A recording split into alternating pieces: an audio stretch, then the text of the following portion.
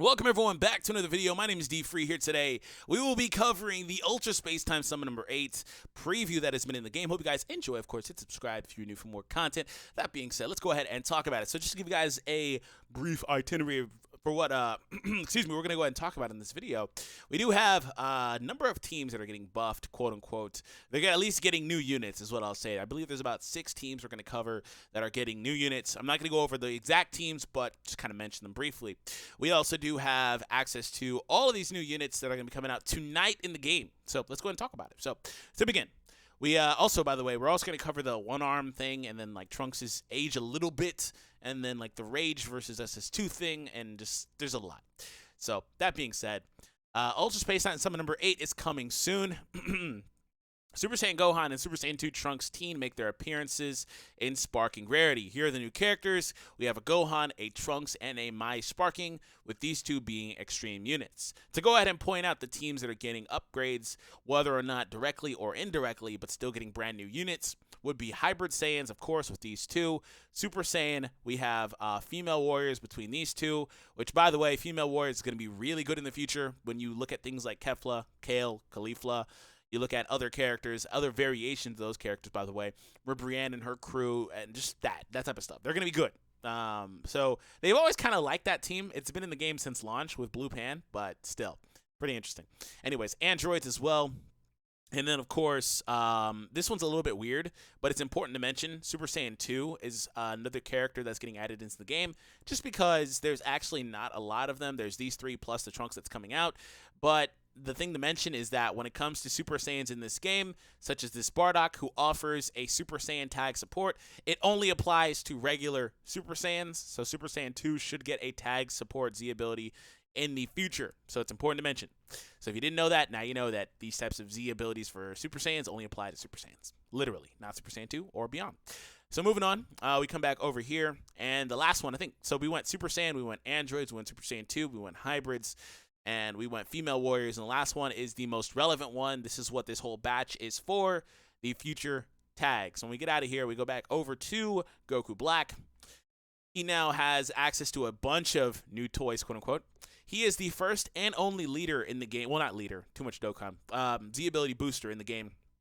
Kind of the same thing. Anyways, Z ability booster for the future tag in the game. So at first it was just him, and then the Cells and Trunks has got added next update about 8 days later. So all of these units will be in this list. It's important to note that that pretty much confirms, if you did not already know, that the Android 17 and 18s that we see here are from the timeline that we watch in the show, not from Trunks' timeline, but these iterations are. For example, this is not 18 that gets with Krillin and all that stuff. This is the future one. So all these characters will be in here. So off the top, I fully expect, if not all, at least 3 or 4 of these units to offer support to the future tag. I think that they really want to build out that team, and it's interesting that they dropped 5 new units, and they already had 1 or a couple in the game. You would still pretty much use Red Cell just because you don't have a red unit here. There's a couple of greens, a purple, a blue, and a yellow. You would still use Red Cell just because, like I said, you don't have that, and of course Goku Black. So you pretty much are finishing the team that had nothing in it, really. You wouldn't really use much else here. Some of this other stuff is okay in different scenarios, but that's pretty much it. So it seems like they are going to probably most likely offer support for that team just in general. That's what they're trying to build out here.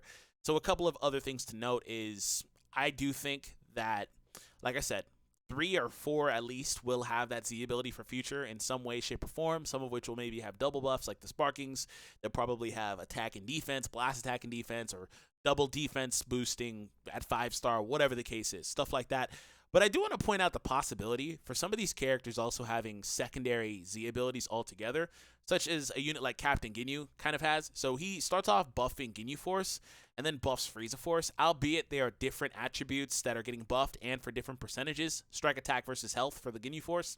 And then we have Pikkon here, who is yellow only, and then buffs at 5-star Saga from the movies, which is also a very big possibility with these characters where they buff a mono and then come back and wind up buffing a actual like tag or something like that.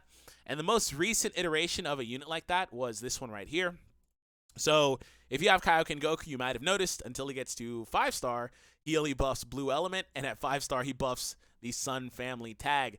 So there we go. We get the Sun family, and we get the blue bonus as well. It doesn't change the stat that's getting boosted like Ginyu does, but these are all different possibilities, and this unit literally just came out last batch. So that's a good possibility as well as far as these units are concerned. And I will just say I do think that that's probably going to happen. I would like for them to have, like these at least, to have either Super Saiyan or hybrid supports. Now, they can still be on those teams reliably. Like, you might look at these and be like, wait, if they all have future tags, why would they be on the other teams, right? No, that's not true. That's not how this game works. You still use, in a lot of scenarios, 1 or even 2 or sometimes even 3 units that don't support most of your team. That's just how it is. If you have good units, you're going to use the good units. A good example is using Goku Black on a full Saiyan team, stuff like that. He's not buffing anybody else. Another good example is using SSJ Goku on a full Saiyan team, because right now he's only buffing Beerus, which is pretty much buffing no one else because you're not really using Beerus unless you go out of your way to use him. And here's that example. He only buffs himself otherwise. Same thing with Gogeta.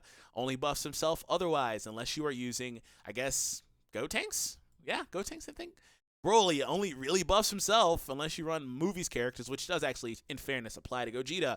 That type of stuff. So it doesn't really matter if any of these characters don't offer support for specific teams. Like Mai will probably be a staple as the first, I believe, green sparking for the female warrior team. She is going to most likely be a staple on that team just because there's enough support around her regardless.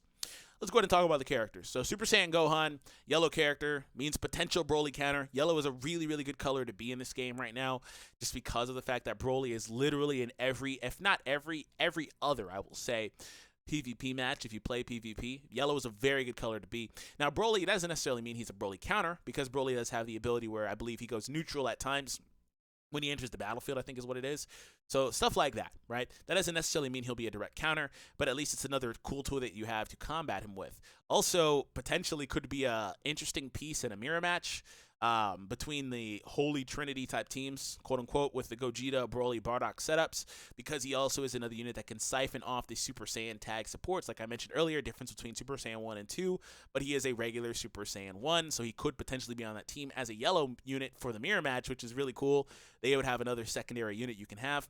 You can go yellow, yellow, blue with Bardock and then Super Vegeta and this guy, and you'd pretty much be very, very, very set off, right? You'd be good. So yellow's a good color to be. If he's anything like the SS2 Goku that came out recently, I think SS2 Goku is very underrated. I think a lot of people didn't really like him on release because he's a cover change defense type unit. But I do think he's very good. He actually performed very, very well in my quote-unquote Beerus Sucks video that I put out last night, which, by the way, if you didn't see it, it was a lot of fun. We used the free scam in that. But anyways, it was a video to make you appreciate Beerus. It wasn't a Beerus sucks and here's a video showing that he sucks. He actually did very good, but I used that yellow Goku SS2 that I'm talking about for literally the entirety of that video. So check that out. But anyways, if he's anything like that, where he can either heal or remove attribute upgrades, things of that nature, he's going to be really, really good utility-wise. I don't think that every unit in this game needs to be a melee type or stuff like that to be good. So we'll see what happens. Also, the one-arm thing before we move on. Most games, literally almost all of them, never give him one arm. Even Xenoverse, I believe, does a thing where they have one arm disabled, but it's still there. You don't see the second arm, but in fairness, you don't see any of the sleeve at all. So, like, don't know. Don't know. We'll see what happens. He could potentially have it. He could potentially not. But again, I'm not going to say he doesn't because you don't even see the sleeve. It's just kind of not there. And Dokkan doesn't do it. Literally, none of these games really, really do it ever. The only one I know of right now is Buchikiri Match. Could have been an old... Was he in Sagas? I feel like Sagas would have been a game that would have put him in there with one arm if he was in there. We don't mention that game, though. Anyways. All right, so Super Saiyan 2 Trunks. Like I said, in the future, hopefully Super Saiyan 2 gets a tag support. I wouldn't mind for him to be that, to be honest. That would be cool to kind of start that meta, quote-unquote, that team going because they don't have anything. They don't have anything like that right now. Which was the biggest bummer when Gohan came out. It's like, wait, he actually has Super Saiyan 2 instead of Super Saiyan? Why? That sucks. You should have just made it all Super Saiyan. But I get it. In the future, they're going to be like, oh, Super Saiyan 2. And then there's Super Saiyan 3 actually in the game, too, now that I think about it. Like, he should have a Super Saiyan 3 tag, too, instead of Super Saiyan. There it is. So, like, that type of stuff is a thing. So, I guess it's more of a way to balance your game, I guess. Anyways, here's Trunks, blue unit. I really love that he's blue because they're going to be on the team together. These two hybrids, whether it's hybrids or on the future team, which is, again, the most prevalent team that they're trying to build with this batch. So being blue allows him to protect Gohan a little bit by being a blue unit and Gohan being weak to red. So there's that. They can kind of cover each other's butts a little bit. So that's cool by me. I think that, and of course, I think this Trunks, I think it's going to be a range type. Probably because the Gallican art, but he's doing the Father Son Gallican, which is a good segue. I'm not going to transition into talking about the fact that he should be listed as Rage or any of that. I've talked about that a lot on Twitter. But my huge gripe with this card is the fact that he's teen when he's not a teen. For the people that don't know, like I said, I talked about it on Twitter. Follow your boy on Twitter at DFree. Trunks was born in age 766, which is just a year. And Goku Black appeared in year 796. Trunks also spent a couple of years in the time chamber. If you didn't know, Trunks is literally 30 years old. He's not a teen at all. So that's an interesting one. He's not. He's in his early 30s. So, well, 30, 32, whatever you want to call him, because, I mean, he technically spent 2 years, but real time, it's only 2 days because the time chamber, but, like, still. So that's my huge gripe with that. Other than that, I will mention the whole, like, Rage thing. Just for people that are expecting this to be a transforming unit or something like that, he's not going to be, I don't think he's going to be anything like that, but he's going to be Super Saiyan Rage in spirit, and here's why. Because when you take a look at a game like Dokkan, for example, no, they did not call him Super Saiyan Rage. They just called him Super Saiyan Future Trunks. We come back over here. They have the literal Rage. I mean, look at that. He's got the aura. He's got the no pupils or anything. Super Saiyan Future Trunks. We come back over here. Again, Super Saiyan Future Trunks. Again, Super Saiyan Future Trunks. They don't really use that terminology. All right, so for the people that are wondering, and this is literal just Super Saiyan Future Trunks here. For the people that are wondering, they don't use that terminology, but the reasoning behind it is the terminology comes from Super Dragon Ball Heroes, and I believe over there they call him Trunks Ikari. So that pretty much means rage or anger. So that's why that form would be quote-unquote called that. But they never used it in any sort of media, the manga, the anime, or anything of that nature. They also didn't go out of their way to use it that way in anything at all. It was kind of the same thing for, I believe, Omen at the time. Ultra Instinct Omen was kind of the same thing, which is just a black-haired form. It came to Dokkan, I believe, first, and then it was like, Dokkan's using it, but we'll just call it Ultra Instinct and stuff like that. But other stuff adapted that, merchandise, the card game, stuff like that. So if you're looking for that, he's probably never going to be called Rage, but they will probably at least drop a missing pupil Trunks at some point, transforming. I don't think this is that, because I don't think that they're going to put a transforming unit, at least right now, being how new they are, on a Ultra Space Time Summon banner. So we'll see what happens. But I mean, as a featured brand new unit, because I think Kaioken will be here on this banner at some point in this, whether featured or not. So there's that as far as Trunks is concerned. So yeah, and we have Mai here. So my opinions on her is that she's green. I think she's going to be a staple for the female Warriors team. You guys know I enjoy that team. It's actually really good. And like I said, it's going to be really good for like a long time. We're going to get Kale, Caulifla, Kefla, different versions of those three characters as well. Ribrianne, nobody likes her, but we'll get Ribrianne, we'll get Super Ribrianne, we'll get Brienne de Chateau. So she herself is three different characters.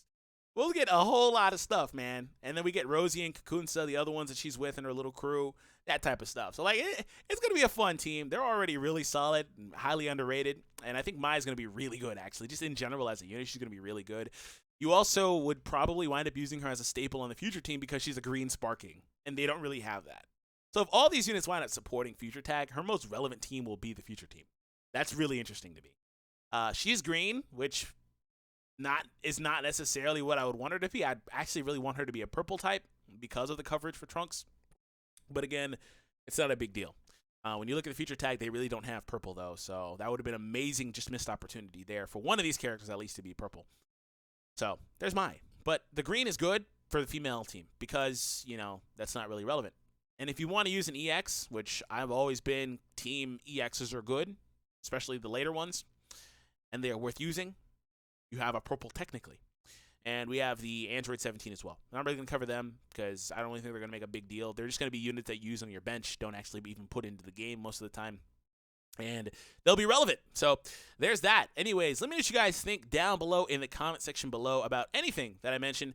Do you think that these characters are going to get double buffs? Do you think there's a possibility for some of these characters to get secondary buffs, like Mai, for example, being able to buff female warriors, which this will be amazing. Female warriors and Future Saga, that'd be amazing. Or they're probably going to be, honestly, it might wind up being like color and then the tag or something like that. We'll see what happens.